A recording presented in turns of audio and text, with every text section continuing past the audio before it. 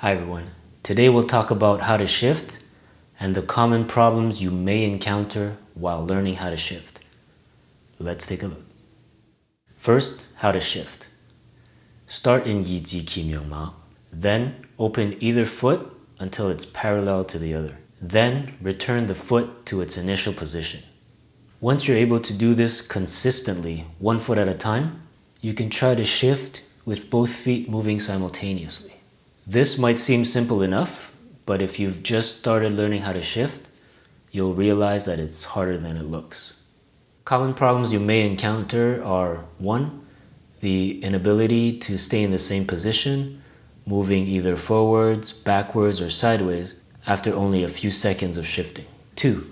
The inability to maintain proper distance between both feet, narrowing or widening your stance as you shift.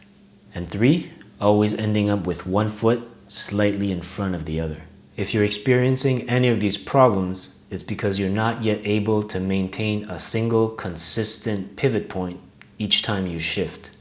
Now, why is this so difficult? Normally when we're standing, our weight is distributed evenly over the arches of the feet. But when we're shifting, we're constantly transferring our weight from the arches of the feet to the heels and back.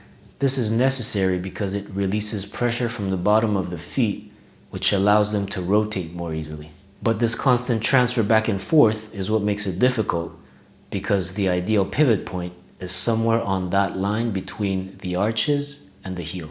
A good thing to keep in mind is that even though the pivot point is under the heel, it isn't the entire heel, because the heel is a big surface.